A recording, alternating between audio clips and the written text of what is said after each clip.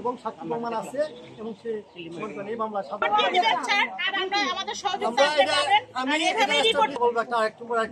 তা তো না।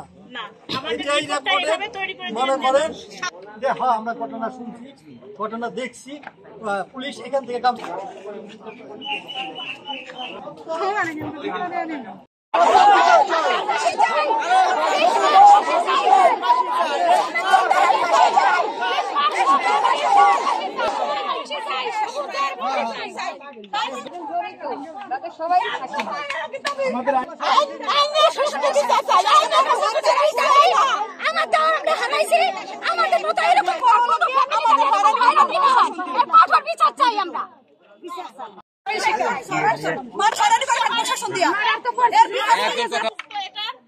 সঠিক তদন্ত হোক, সমস্ত আসামি ধরা পড়ুক।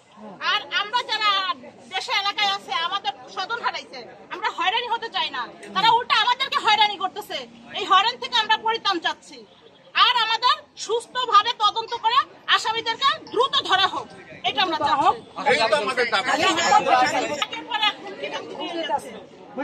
নিজের ঘরে নিজে আগুন দিয়া